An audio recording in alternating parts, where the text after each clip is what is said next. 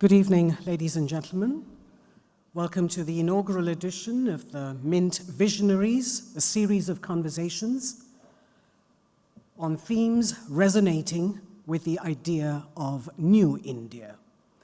Today we have the first Mint Visionary, the co-chair of the Bill and Melinda Gates Foundation, Mr. Bill Gates, in conversation with Mr. Rishad Premji, chairman of Wipro Ltd, on the subject of technology for social inclusion. May I remind you to kindly keep mobile phones in the silent mode or switched off for the entire duration of the program. May I also remind you that depending on how much time we have, there may be an opportunity for a couple of questions from the audience to be taken up by the speakers. Please write down your questions on the cue cards that are with the ushers on the floor, and we will have them passed on to Mr. Premji.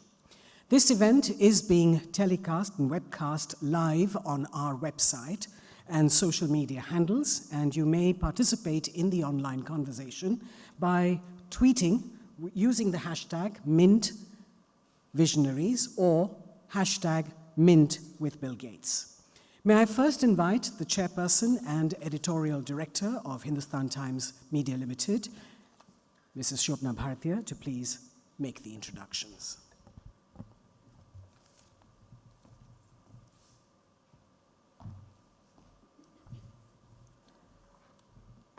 Good evening, everyone. Mr. Gates, Mr. Premji, Mr. Kant, Mr. Padmanabhan, colleagues at HT Group, esteemed guests. A big thanks to the Bill Gates Foundation for shaping the first conversation in the Mint Visionary series.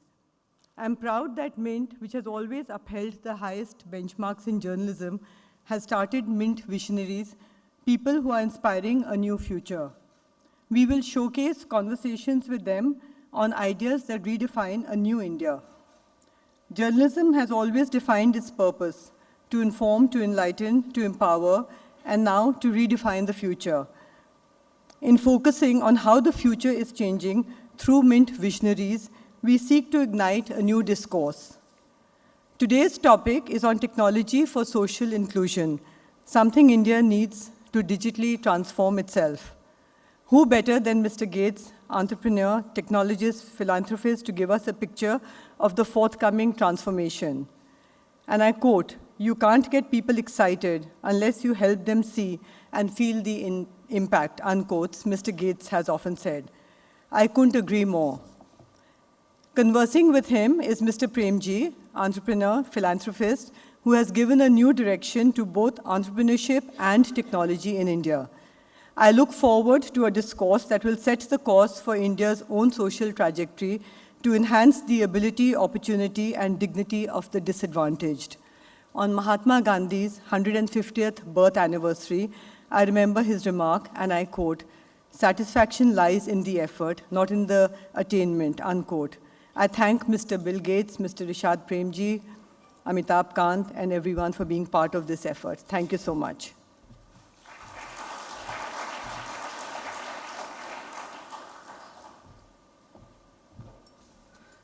May I now invite the Niti Aayog CEO, Mr. Amitabh Kant, to please give the keynote address.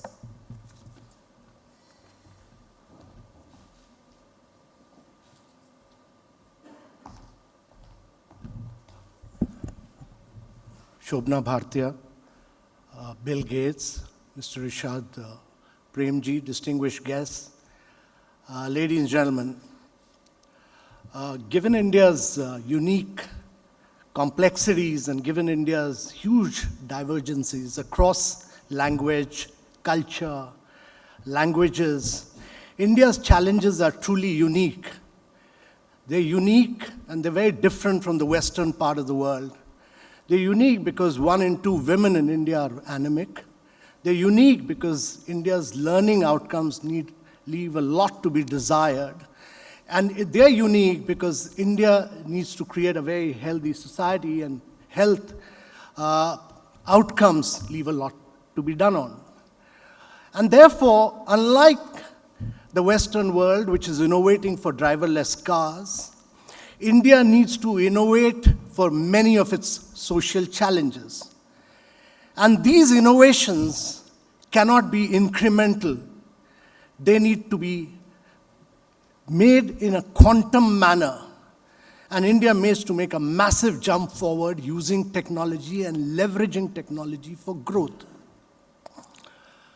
We in Niti Aayog run a program called we cover about 115 of the most backward districts of India.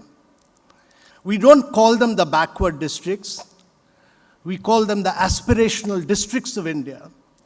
But we make them compete on 49 indicators across nutrition, education, health, and we track them on a real-time basis with third-party data flowing in on a minute-to-minute basis on a dashboard which is called Champions of Change.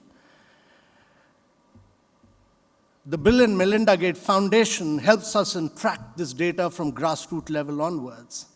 We put this data out in public domain, and each one of these districts are competing on a real-time basis, and we've seen in the last 1 year a huge transformation taking place simply because we are measuring change.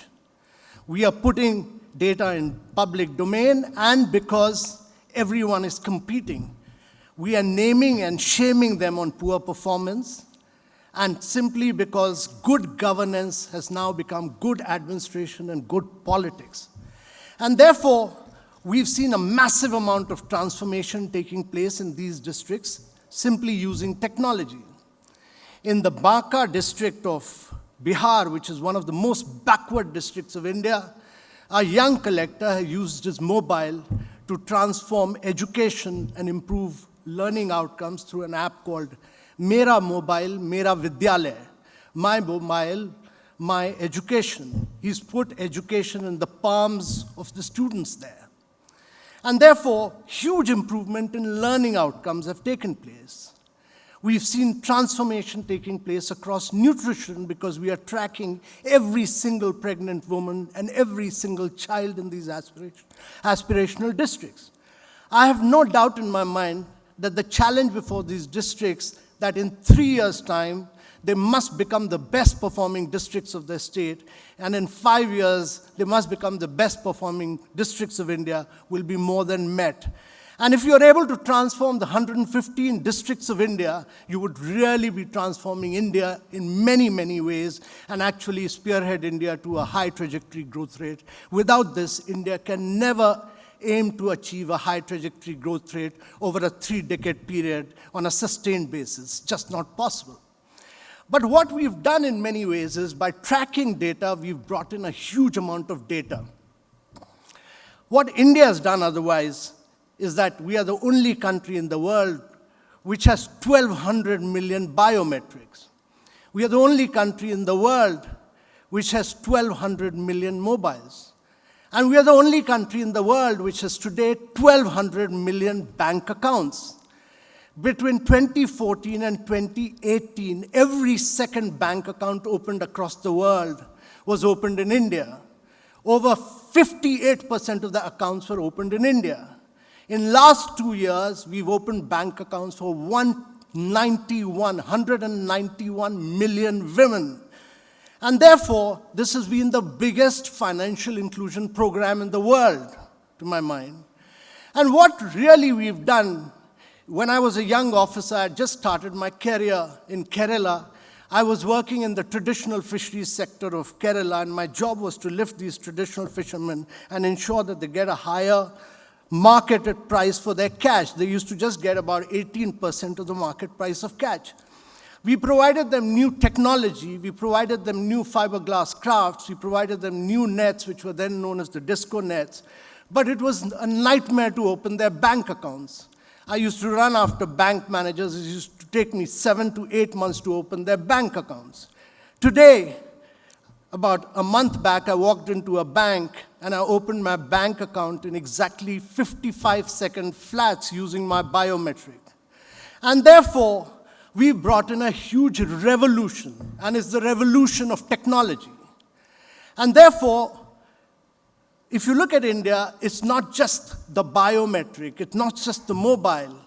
our data consumption, our mobile data consumption is more than the mobile data consumption of USA and China put together.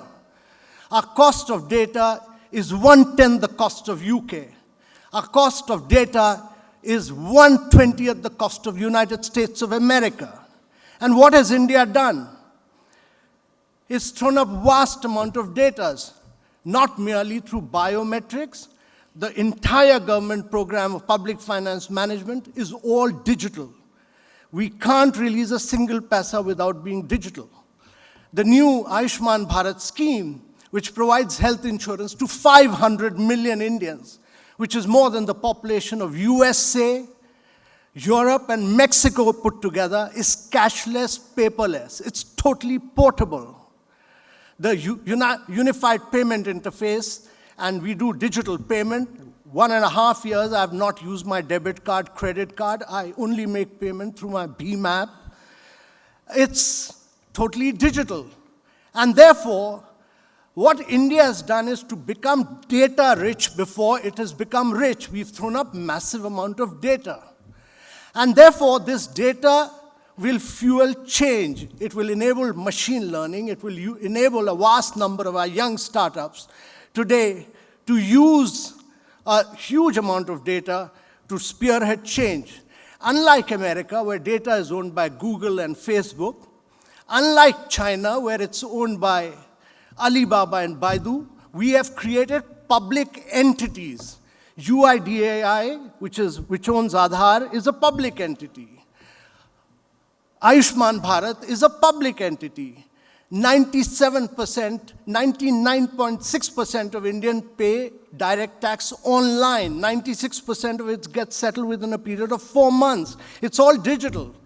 And therefore, all the data is owned by public entities, but we've allowed private sector to innovate on top of that. And therefore, you have Google Pay, you have Paytm, you have PhonePe, many of them innovating. And therefore, we are opening up data sets in an anonymous manner to academicians and researchers. We are opening them to over 1,000 artificial intelligence startups in India. And therefore, you'll have many, many startups in India. Look at what SigTuple is doing. Look at what Tricog is doing. Or look at what a young girl called Aditi doing in the villages of Rajasthan. She runs an artificial intelligence startup called Imbibe. And she tracks every single student on the performance in their subjects, much like we track Uber vehicles longitudinally and latitudinally. And then she, depending on the performance of the students, she provides extra dosage of education. And learning outcomes have radically improved in these districts. And similarly, many other startups like Satshore or Valsar Labs, who have brought in a huge revolution in the agriculture sector, ensuring that farmers get fertilizer and seeds depending on the weather and soil condition on a real-time basis. And therefore, what we are witnessing today is a massive radical transformation by sheer use of technology. 3 years back, 2.5 years back, Mr. Bill Gates came and gave us a very visionary lecture at the Niti lecture series, which was attended by the Prime Minister and the entire cabinet colleagues. All the top layers of the bureaucracy was there. The lesson that came out from his lecture was that India just can't afford to be incremental. India needs an explosive pace of technological growth. We are the country with the highest number of STEM graduates. We cannot afford to be status quoist, nor can we afford to be another Silicon Valley.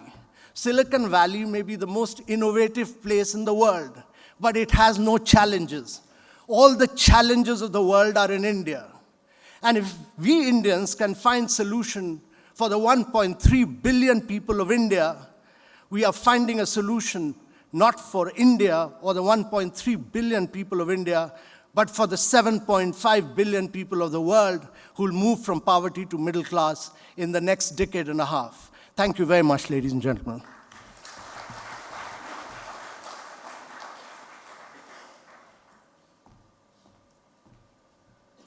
Thank you very much, Mr. Kant. May I now invite Mr. Bill Gates and Mr. Rishad Premji to please come up on stage for the conversation. Ladies and gentlemen, a reminder to please write down your questions and give them to the ushers on the floor, and we'll have them sent to Mr. Premji. Mr. Gates and Mr. Premji. Is this on? Good evening.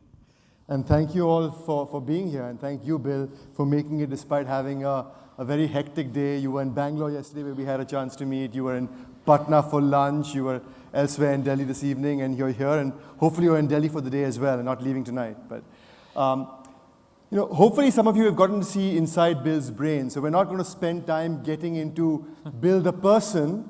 We're going to spend time talking about a few issues that I know Bill is passionate about, and I think that can have a huge impact the world over and certainly in India as well. And Bill, I want to start with, so I want to get right into it. I know we have limited time. I have lots of questions. So I want to start with climate change, right? I believe, and I know you believe, that it will be one of the defining challenges of the 21st century. I think impacts like weather events, sea levels rising, islands getting flooded are going to have huge impact on the way people live and potentially have impact on health, have impact on mortality. I saw in the video that the potential of more than 9 million people dying additionally every year by the year 2050. So there's huge implications of climate change. And I know you personally, and I know the Gates Foundation is spending a lot of time both on mitigation, which is how do I reduce carbon emission, and I know you're spending time through breakthrough energy ventures on a personal capacity, really investing in technology that can pay off, as well as around adaptation, right? How do you adopt to this challenge? And I know you're spending time on seeds for farmers that can survive drought. I know the Gates Foundation is very actively involved. So I want to start off with that. I have two questions. One is, what are you personally and what is the Gates Foundation doing both around mitigation and around adaptation? And then the second question is, what can we do to learn, leveraging science and technology as governments, as citizens, to be more informed about climate change and the impacts of climate change? Because we oftentimes have this debate, is it real, is it not real, what can come out of it? Yeah, so I'm actually writing a book about climate change that'll come out next June. And it's to explain how we have to change the economy to get these emissions down to zero. Today we're emitting 51 billion tons, and that number has gone up every year. So the idea that some year it'll start going down, and some year it'll get to zero, is very, very challenging. Most of the energy we use in the world today comes from coal, natural gas, or gasoline. And by the time you get to zero, you've basically gotten rid of those sources of energy and moved over to nuclear, renewable, hydro, which today make up less than 20%. The work on mitigation really requires immense innovation. I mean, there's innovations that people see already today. Electric cars, over the next 10 to 15 years, they will outcompete gasoline cars without subsidies. So that's really good. There's a new type of meat that's actually made from just protein, not from a cow. That today it's a small price premium, but over time the quality and the cost should beat normal ground beef, and that reduces the greenhouse gas emissions. We have a lot of inventions that need to be made. For example, the way we make cement and steel are extremely heavy emissions activities.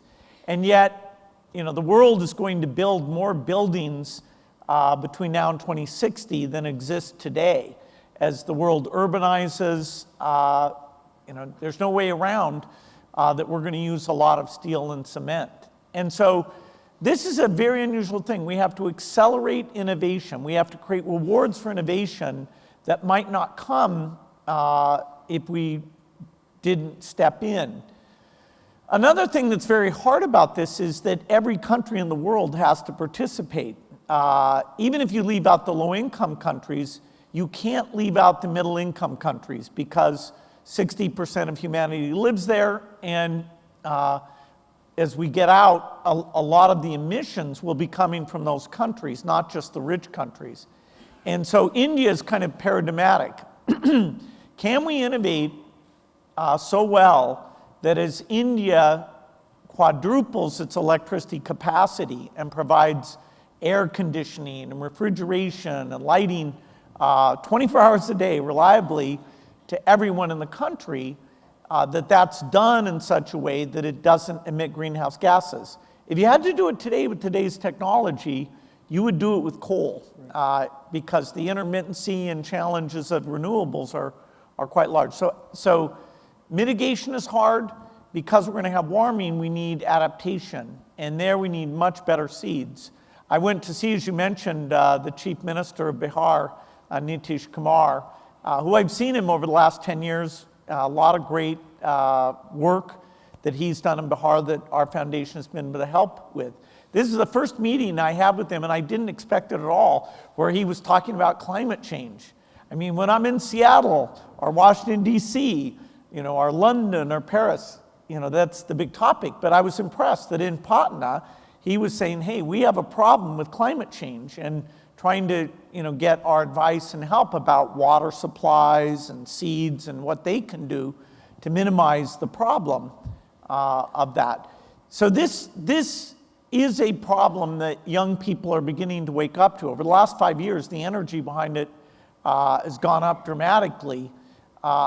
Some people think it's easy to solve, that you could solve it in 10 or 20 years. I wish that was true. We need to engage in a plan that will take 30 or 40 years to get this done. So, I'm putting a lot of money and time into it, because the people who would suffer the most are the poorest in the north of India, in Africa, all over the world. It's the farmers who will bear the brunt, even though they did nothing to cause the problem. And that's what I struggle with, Bill, because that's the inherent conflict, right? The conflict is that the fast emerging economies are saying, hey, look, we need to grow, and renewable energy can't keep up. But if you have climate change impact, the people at the lowest end of the pyramid in those countries themselves will suffer the most. So there's this challenge of growth, and yet the challenge of suffering that may come with that growth, depending on the energy sources that actually are available in those countries as well.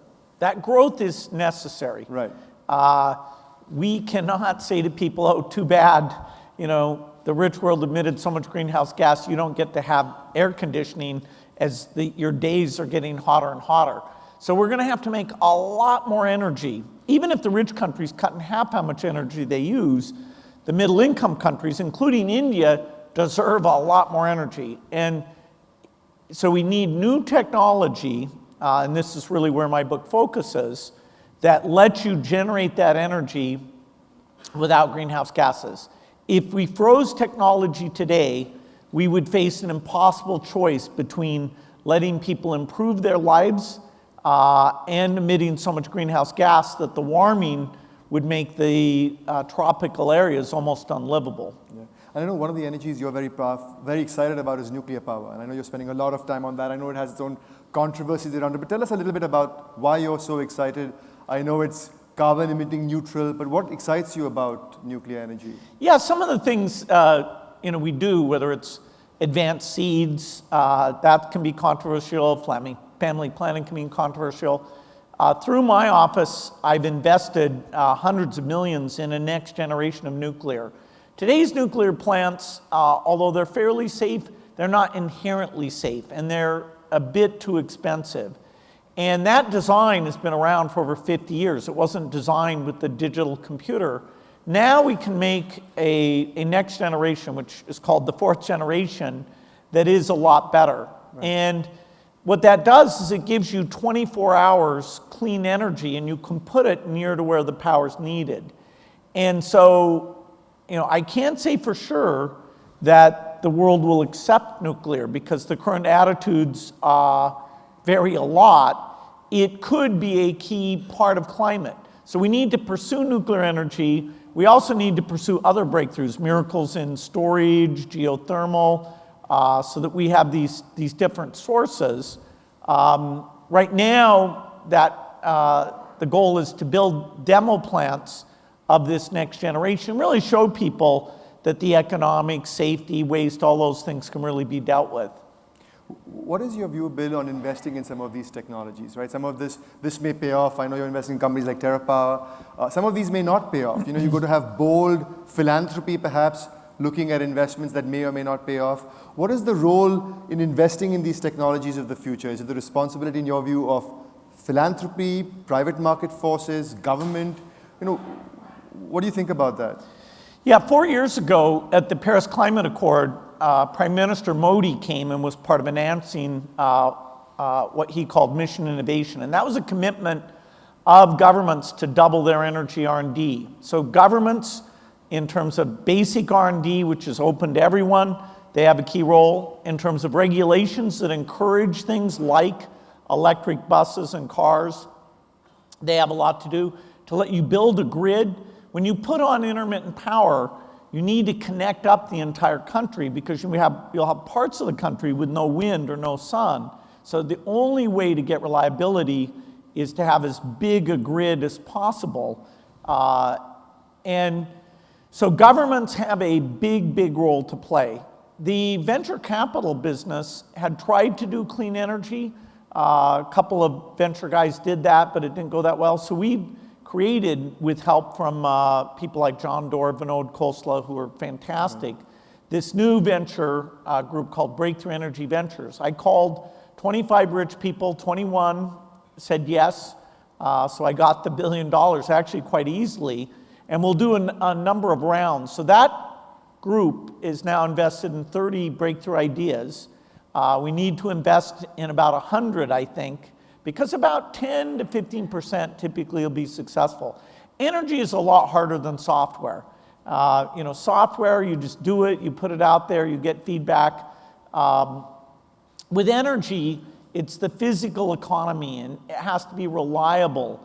And all the electrons are kind of the same. There's not some special market out there. So this is going to be difficult. The person who understands this world best of all, Václav Smil, has written books about how slowly things change in the industrial economy. So we will be having more global cooperation, more innovation, more speed than ever in the history of the Earth. But that's what we need. Just one last question on climate change. The impact of climate change obviously is diseases, right? Vector-borne diseases like malaria. I know you're very passionately focused on malaria and eradicating malaria, like you did with polio. Talk to us a little bit about that and about the challenges of climate change, about the changing goalposts because you don't know how it can actually spread further. Yeah, so 80% of the suffering from climate change will be poor farmers. And how does climate change make them suffer? It's not just that they're hot during the day, although that in some places it's almost unlivable. It's that their crop will fail more like every 3 years than every 8 to 10 years. And their productivity every year will be lower. So that means more malnutrition, and that means they'll be dying of diseases. And so the way we respond to that is we have to come up with much better seeds, much better advice, credit for fertilizer, and we have to improve the health system. So even if they happen to get pneumonia or diarrhea, they don't die. The world has made huge progress on childhood death. It went from 10 million a year back in 2000. Now it's below 5 million a year. And we'd hate to reverse that. As you heat the world up, the mosquitoes can live at higher altitude. And a lot of the African cities are located exactly at the altitude where the mosquitoes don't come. So as you get warmer, then the mosquitoes are thriving in places they never did before. So potentially, it's very bad. Now, we should have enough tools to get rid of malaria independent of climate change. Malaria is pretty evil stuff even without the temperature going up. But it's just an example of something that makes things worse. So let's switch from climate change to artificial intelligence. I know it's a subject that we all believe has huge impacts and huge potential. The world has made a lot of progress in AI over the last few years. The building of algorithms, the availability of data, compute storage has certainly made commercial uses for AI more prevalent. There's tremendous opportunity for AI also in the social space, right? How do you detect disease? How do you manage disaster relief? Smarter cities, safer cities. plant management, early stage in agri. So I want to get to the societal impact of AI, but before we get to that, give us a view, a holistic view, Bill, from your perspective on where do you see AI going? I know you've mentioned and called AI both a nuclear power and a nuclear weapon in terms of its promise and its danger, right? But give us a sense for what should we be excited about? What should we be cautioned about around AI? Well, AI has accelerated over the last 10 years as these machine learning techniques called deep learning and some varieties around that have been advanced very rapidly. And so there's a class of things like game playing or speech recognition or image recognition that the performance levels are phenomenal. You know, if you compare human speech recognition to computer speech recognition, the computer is slightly better. And that's, you know, mind-blowing. Now, AI, usually we see things that are completely dumb or that are other humans. And so it's hard for us when something's sort of an idiot savant, really good at a few things. When we see that, we think, oh, it must be good at everything. You know, it can play chess and Go better than any human. That's kind of too bad. But we think that means it can do something like read a book. It can't read a book. It has no model of the world, no common sense. Now, there's a lot of people, including at Microsoft, Google, you know, working hard to try and do that, but that's, you know, very unknown. So what we have today is a tool. You know, we're going to take AI and create like an ultrasound device that when a woman's pregnant, we'll be able to see, is this going to be a complicated pregnancy? You know, we can point at the lungs and see if there's infection or TB. And the person using that won't have to even be that well trained. So there's some miracle tools that even today's AI can give us. A lot of the debate is about when is the next stage coming, and in terms of what that does to the job market, you know, how do we think about that? You know, I think that's out there. I do think it's a very important topic. There's a recent book called Rebooting AI that talks about what we're good at and what we're not good at, and reminds people, it's Gary Marcus is the author, that we're not really at the breakthrough yet. And we don't even know the path to the breakthrough that gets general intelligence. No, and you touched upon this, Bill. You know, what is your view on the narrative that AI is taking over our jobs? And if you believe that, do you worry at all that to reskill people and the kind of advanced skilling you require to reskill those people, do you further enhance the inequity gap by doing that? Yeah, you have to be careful when there's advances. In a sense, we're all better off. If the machines can make all the food and the clothes and none of us have to work, you know, you'd think, okay, now we have all the freedom. If we want to stand behind the counter and, you know, make sandwiches, okay, you can if you want, but there's this other way to make those goods and services. But it will be very disruptive because, you know, say you're mid-career in manufacturing or driving, then it's a disruption. Now, we've had that in a slow way for hundreds of years. You know, we used to all be farmers. Now, very few of us are farmers. And that happened gradually enough that it was more generational. Okay, my father was a farmer, I'm not a farmer, as opposed to halfway through his career, it was like, okay, you have to go do something else. The rate of change and the need for government to step in to improve, you know, help everybody have this safety net, which as you get richer, you know, if you have more resources, the safety net should be pretty incredible. The food, the health, the rent, safety net. The world today, we still have lots of shortages, and so we can't afford, even a rich country, people talk about this thing called universal basic income. That's basically when you're so rich that you can have an unconditional safety net that even if you're just lazy, you get all sorts of good stuff. We can't afford that yet. If you get AI up to a certain level, then those sort of periods of excess where it's not about shortages, those will come. But those are not, you know, they're certainly not in my lifetime. Share a couple of examples, Bill, if you can, where AI has scaled impact in the work that you're doing at the Gates Foundation, perhaps in health or education, something that can excite us, something that has applicability in India. I don't know if you're doing some work with leveraging AI in India. But Yeah, so certainly we use AI to do drug discovery. These biological systems are very complicated, and so the fact that we have vaccines for TB and HIV coming, that's partly enabled by this rich data, advance in biology, and machine learning. The most direct application you would see is, when we look at a woman to see if she has cervical cancer, we do image recognition, and we can do way better than any human or any previous test. Just by using a cell phone camera, it can tell us, okay, you need to get treatment. And if you catch that early, of course, you completely avoid that cervical cancer, which is caused by HPV.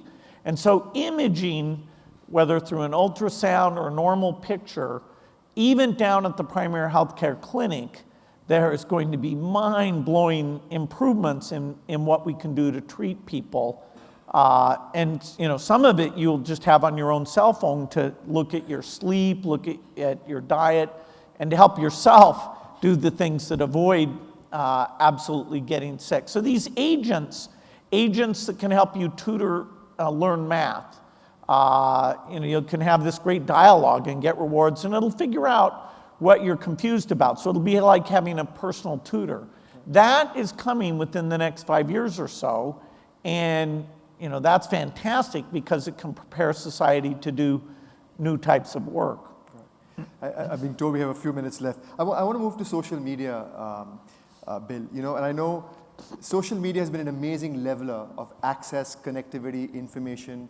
We've created some of the largest platforms in the world, which can be misused given their reach and their power.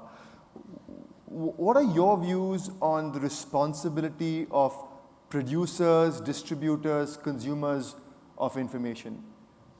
Yeah, the thing that's come up with social media that really wasn't fully anticipated is that this idea of very upsetting or things that really grab your attention can kind of pull you away from the center. So if you're kind of a left-wing person, there's certain stories, some of which are true or not true, that can really incite you and get you feeling like, God, those right-wing people are so bad. And likewise for the right wing, there's various stories and exposures that can kind of pull you. And in the past, we all read the same newspaper, the same front page, and the political ads, we all kind of saw the same political ads. So nobody would run a political ad that was too over the top, because they knew that even though maybe 10% of the voters would really get riled up in a positive way, that the other ones would see them as really inappropriate for society as a whole. Today, because of targeting, which you can say it started with satellite TV and having hundreds of channels, right, so that the news shows kind of got fragmented, at least in the US, I don't know, India, with the kind of a political slant. Now it's really extreme that you can target political ads out to somebody to just get them incensed, and incensed against the other. Right. So what should be the regulations about that? My current view is there may be a need to ban this type of micro-targeting because it kind of drives people apart. It is a very novel set of issues, and in a way, people are kind of mad at the tech companies. Hey, how come you created this problem? Well, but you can't count. The society has to decide what these rules are. It's going to be very tough. Microsoft actually is not in the center of this. We have things like LinkedIn or GitHub, but not the main sort of consumer video platforms or messaging platforms. But for the first time, people are saying, hey, how should we restrict this technology that in many cases the negatives outweigh the benefits? And my question is more basic as well, Bill. How do we ensure that what gets distributed is the truth? What are your views on fact-checking and fake news and content moderation? How do we ensure that what we read is in fact the truth? Forget political ads and the more controversial stuff, just the basics. What are your views? How can technology help us there? Well, we do run into, our foundation, the biggest thing we've done is work on vaccines and getting vaccines out for diarrhea and pneumonia to all the children in the world, including with amazing Indian partners. A number of the vaccine companies like Serum have been phenomenal in that. So it's very troubling when you see in this digital world the idea that vaccines are bad, that they harm children, that mothers shouldn't give vaccines to their children, that this tool is allowing those untruths to spread. And when you put out an article that says the truth about, hey, these vaccines really protect your child, those don't spread because they're not that, they don't energize people to say, oh, wow, this is amazing, I have to tell my friends. Whereas when you tell the lie, in this case, it is a lie, that really is evocative, and people are spreading that around. So the idea of a tool that I naively expect would raise the level of factualness and understanding, that you could click on the lawsuit and see the details instead of what the newspaper summarized. I thought, wow, we're just all going to get so damn smart. This is going to be fun. Click on a YouTube thing that educates you about some area of science. And everybody's going to be doing that. In fact, for vaccine denial, it has been a setback. Now, hopefully, that's just a challenge for us to be more clever about the positive messages. Clearly, when children die of measles or pertussis, if you can get that out, that is fairly evocative. And that's really what's at risk are those deaths. But I can't say that we've absolutely solved it. The vaccine misinformation is worse today than ever. I'll end with the last philosophical question, Bill. What do you think technology cannot solve for? What do you think in our societies, in our way of living, will stand the test of time, no matter how much technology changes? Well, technology can free up our time, but it can't tell us what you want to do with all this free time. I mean, in the extreme, this idea that you have to go do a job, some jobs are pretty boring. At least I wouldn't want to do a lot of jobs.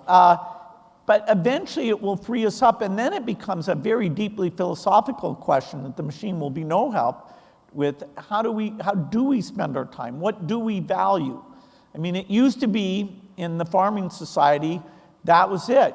I'm a good farmer, I work hard. Now jobs are almost a sense of values that, oh, he's hardworking, they're a middle-class family, they work hard.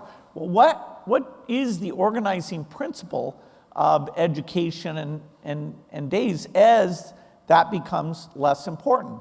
I'm a weird case. Obviously, I don't need to work, but the most fun thing for me is learning new science and meeting the partners of the foundation and going around. So that is what will eventually get dished up with. Even in the meantime, society it's a very rich world, and there's a lot of poverty out there that we should be able to get rid of. And so in some ways, the idea of how you take these technical advances, something like malaria, there was almost no money going into it when we got involved because the rich countries didn't have malaria and the poor countries didn't have the ability to create new tools against it. And there was no market signal there because the people who were suffering didn't have enough money that it was a priority. So definitely, you need to overlay values on the capitalistic market system, and the machines can't do that for us. Thank you. Fascinating insights. Bill Gates, everybody. Thank you. Thank you. Okay.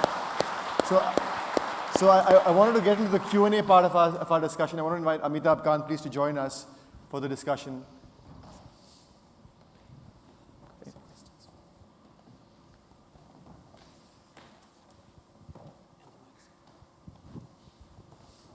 Thanks. So I've been given a bunch of questions. I have not seen them before, so I'll kick it off. Yeah. So recently, Google announced it's achieved quantum supremacy. When do you expect the breakthrough in quantum computing?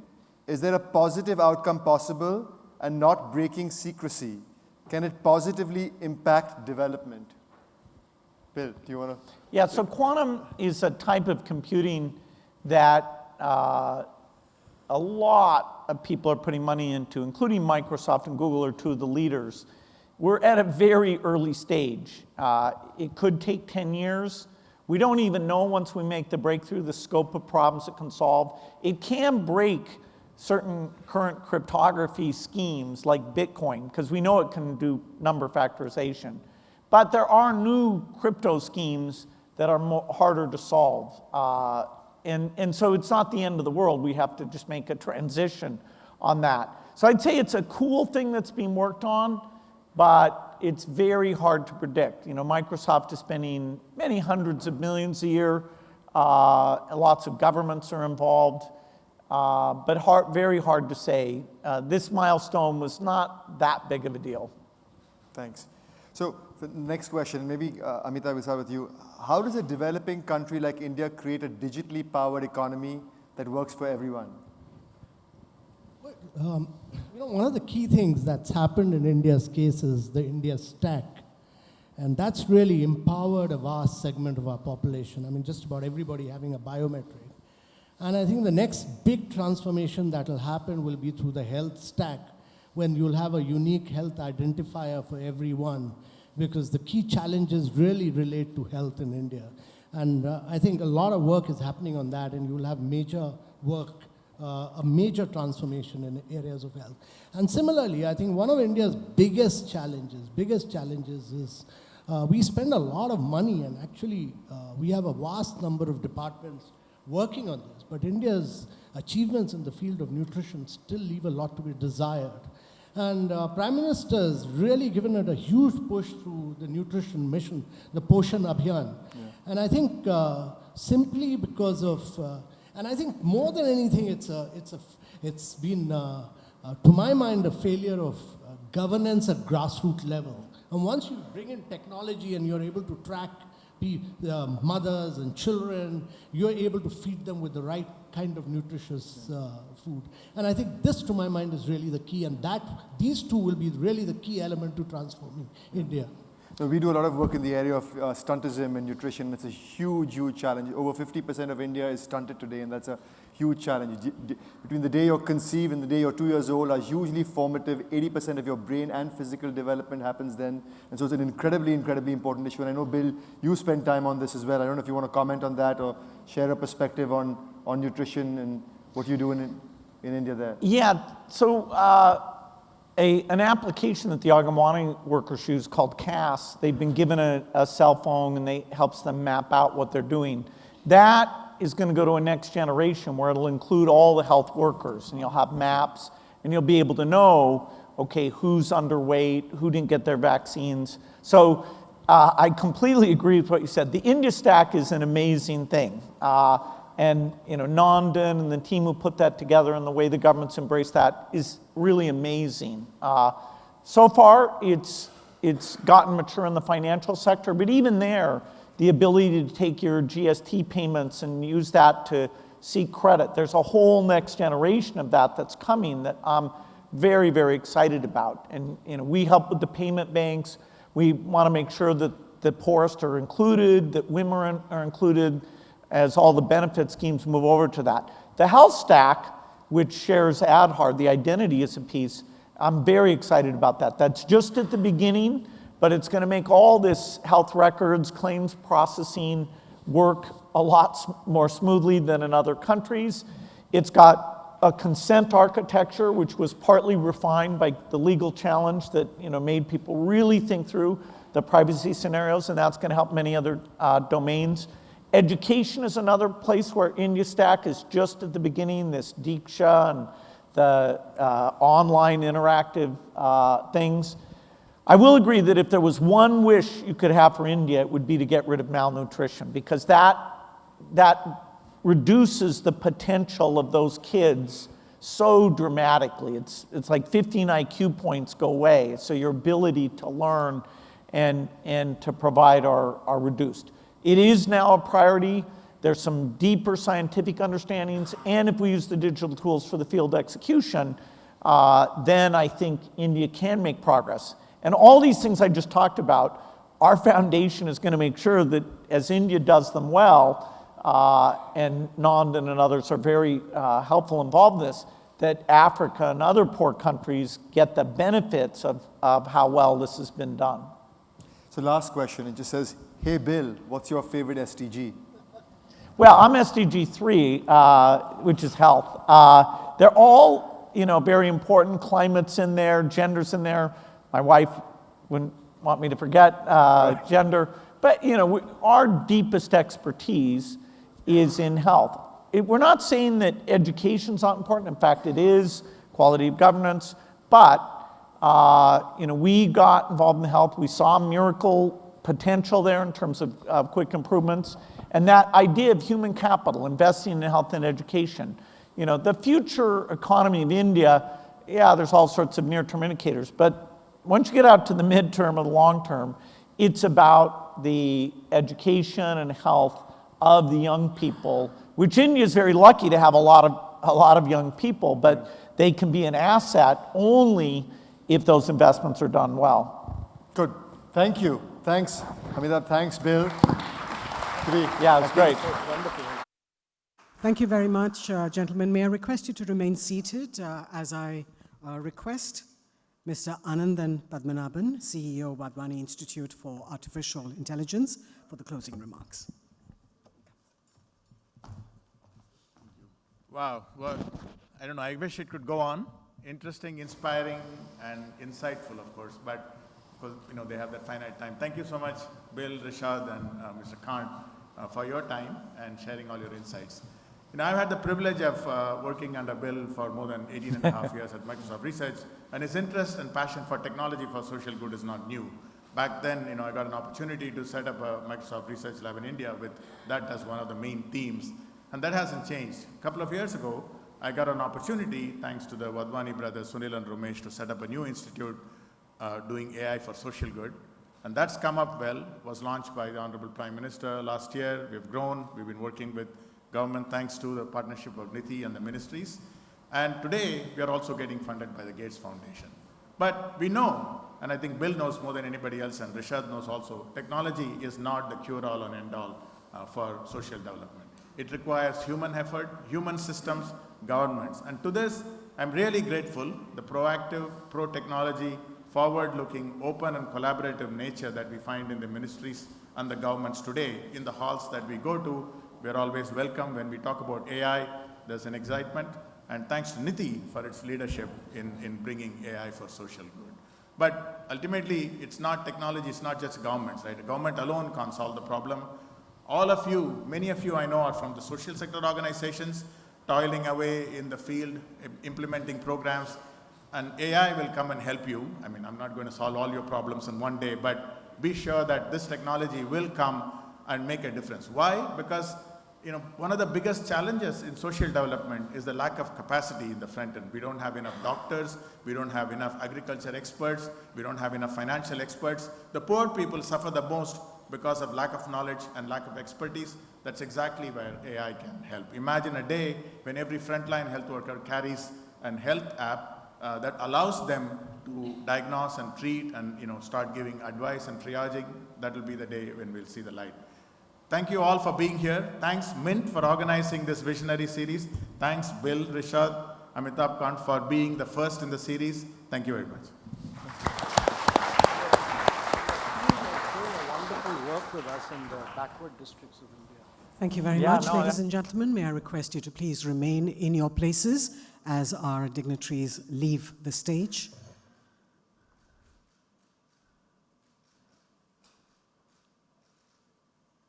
Thank you. A round of applause, ladies and gentlemen.